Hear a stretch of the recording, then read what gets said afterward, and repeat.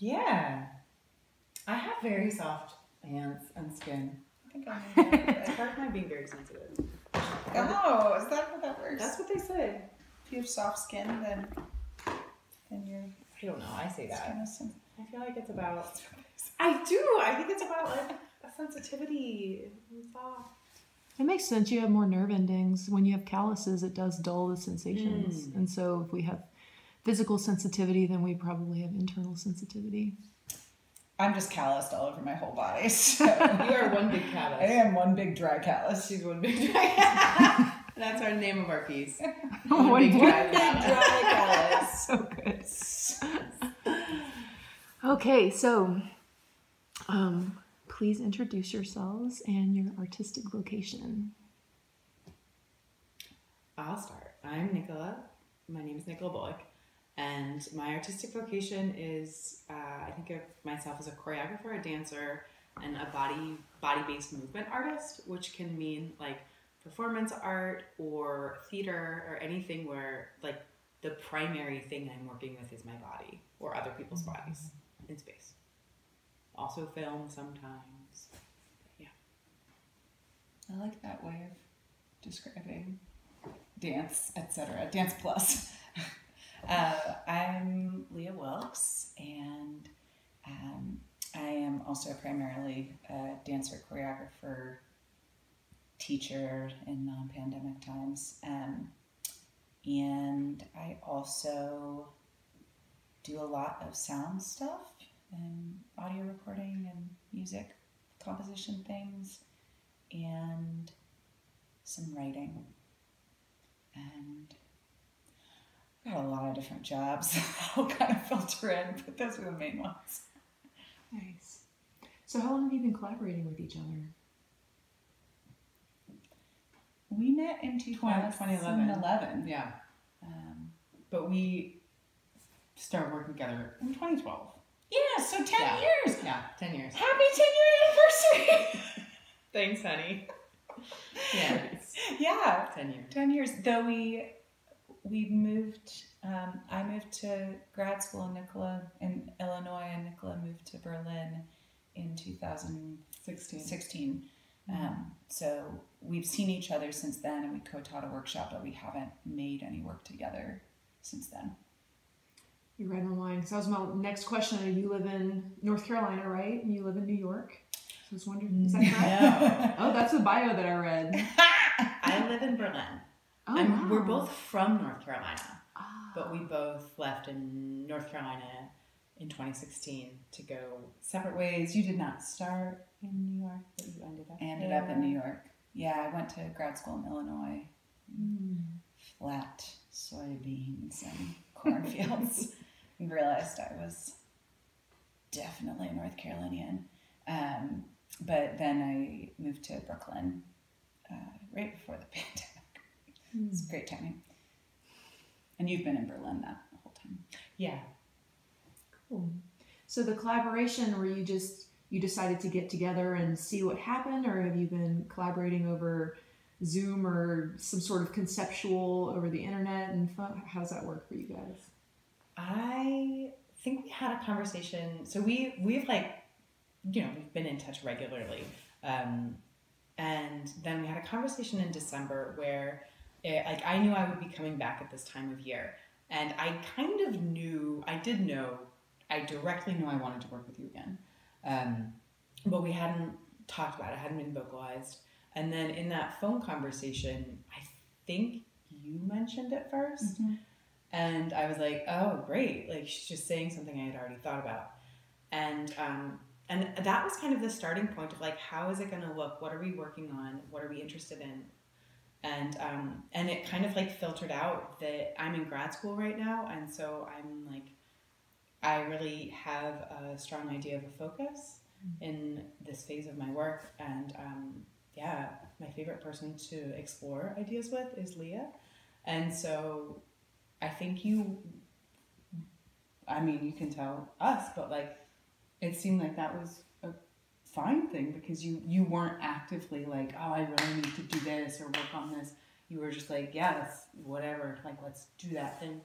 So it was, we kind of agreed that I would lead the movement, but it's been wonderful. Yeah. It's like from then, it's been really wonderful. Nicola was talking about, I was on a walk on the phone, which has been one of my main occupations during the pandemic. I was having long conversations with friends while on long walks. And you were talking about your research. And I was like, wow, that's so interesting. And it makes me think about this. And just sort of our normal banter about what we were thinking about. And then I said something about gardening. One of my jobs is as a gardener, and in New York I work for a lot of gardens for people who have a lot of money, and I was talking about some frustration with pulling up leaves and putting them in garbage bags to go to the dump, and then putting down hardwood mulch that came in plastic bags. And you pointed out that part of my frustration maybe was that it was related to my research, and my research is a lot around endings and death and dying practices, and you were like, well, yeah, it's just interrupting that cycle. And I was like, oh, you're so smart, I miss being in the studio with you. Yeah, I think that's what started it. But then we talked about it, and you asked me if I wanted to do more of a equal collaboration, and I'm not. The thing I'm working on right now is more of a writing project, and so I was like, I don't feel like I'm quite ready to even work on that fully yet, and I was really interested in your research, and I really love being there's this particular kind of role when I get to be sort of the second in command, which is oh, it's so fun. I get to just throw out all these ideas, but it's not my responsibility to decide whether or not they're working. And yeah, so I was excited to lean into that. That's beautiful. Mm-hmm. So what is your research that's driving this concept here that you're working with? About a year and a half ago, I read a book called Motherhood by a woman named Sheila Heti, and it's an incredible book, and she's asking the question over and over again, do I want to have kids? And she was in her late 30s when she wrote it, and I think it's not autobiographical.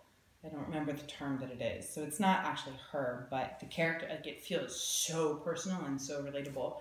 And so reading that book gave me permission to ask that question. It was it kind of felt like a secret that I had kept for myself. Oh, I really want to explore this thing, but it's all of the ideas I have about that and how it feels very taboo somehow to talk openly in your late 30s as a woman if you want to have kids or not. And so I was like, okay, I want to go into that. And that started just it opened the door into female archetypes and this idea of, time periods being associated with certain forms of power that we have, or how do we derive or express power through our bodies, and what having a kid might have to do with that, or not having a kid. Not just the birth, but the mothering of the world, or the individual, or how does mothering look? How does care take place? How do you transition into that phase if you don't have a kid? How do you know if you even want one? All these questions started coming up. And so I started working with do I want that? And I really researched that in my body this summer. And we just looked at that research a little bit yesterday, and I feel very far away from that, because now I think the question is more kind of a relationship with female archetypes, and a questioning of what happens when there's not a what happens when there's not a reflection of a process? What is that? Is that nothing? Is that is that non-being? Because if I don't end up having, a kid, which is the result of this process that I'm going through, there's nothing. But so we go through so many processes that don't have physical manifestations. So in conversation with this nothingness, in conversation with the non-being, thinking about can we call that into being and find it in our bodies, or channel it, or be confused by it, or and then it's kind of seeing what happens. It does feel like it's being shaped a lot by it's like channeling through witches and fairies and, you know, like, and lots of like female anatomy. You know, because that's just like what's super interesting. And, but yeah, it's super satisfying too to go into the pathetic and the disgusting or the grotesque of these ways of being a body that is not so welcome in the real world. But I feel like studio space is always a time, and Leah's an amazing collaborator for just going there, just being like, what happens if we really go to the edges of like discomfort with themes or with movement? I think there's also in some of those archetypes or characters, it's like we talked about some of the archetypes, but we haven't been like, now we are going to be the mother. Yeah. Like there's been no exploration that's that linear at all, and I think that's been really fun. So we've started from the body and from physicality, and sort of seeing who shows up. Yeah. If you push something, and or not even push, that might be too strong of a word, but like really lean in and indulge in something. And so there's some weird ass characters that have been shown up, and they're really fun. They are. They're really funny. They're super fun. It's a lot of embodied characters, just like, who is this person coming out? Let's interview her. How does she move? What does she have to say right now? Why is she here? Does she even exist in this world? Yeah. It's very fun. Yeah, it sounds fun. It's beautiful. God, I just want to keep picking your brains about this. Frankly, I've got like these prescribed questions, but this is so much more interesting.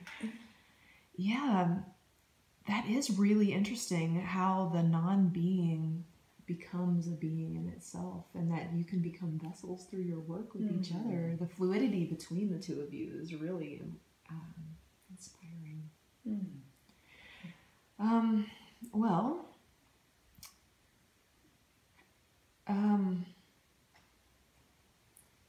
The next question here on the list actually is, how did you get your artistic vocation? So I want to just rephrase that to, when did movement first take over you on the inside and become some way that you could express something deeper?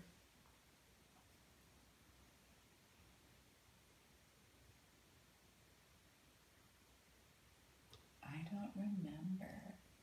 I was so little. I mean, I really don't.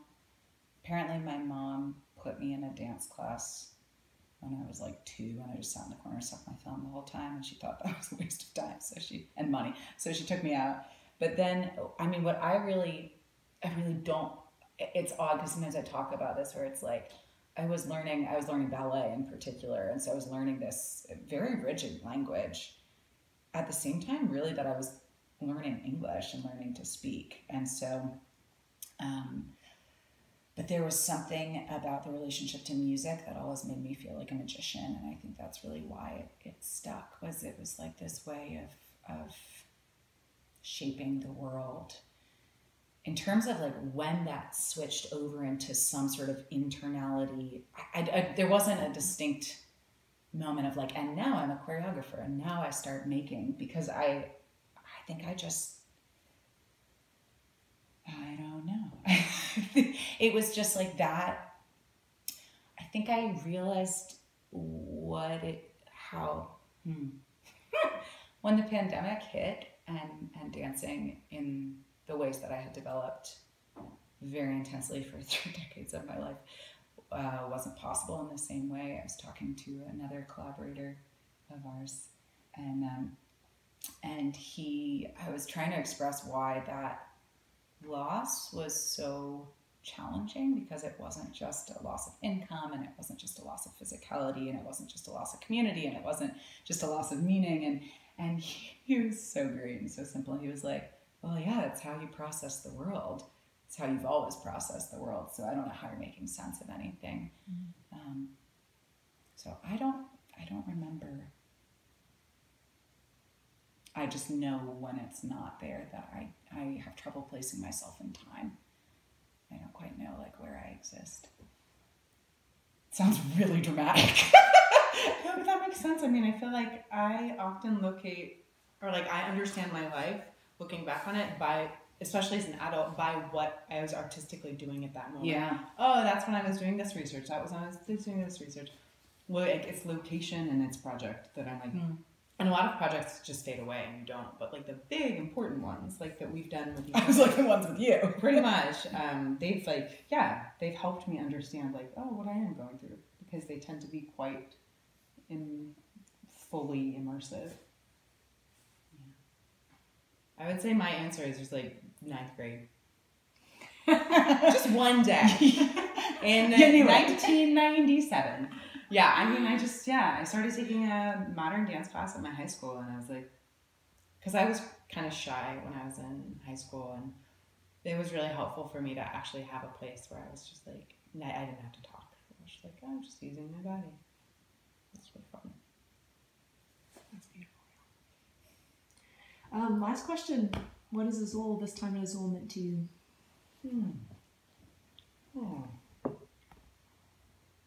It's awesome. Like, I don't know if it means anything, but it's been a space where like it's super special. Like the amount of care and attention put into everything, and the little secrets around the space are so fun. And the invitation by Camille to just like be here. She doesn't really check in on us. It's like she's just like, yeah, you're here. The space is yours, and it's very generous. And yeah, we were talking about that at dinner the other night, and it's so pretty. Like the land around it, the space itself, and it's felt like we have had this wonderful. I felt like we've had this wonderful mix of.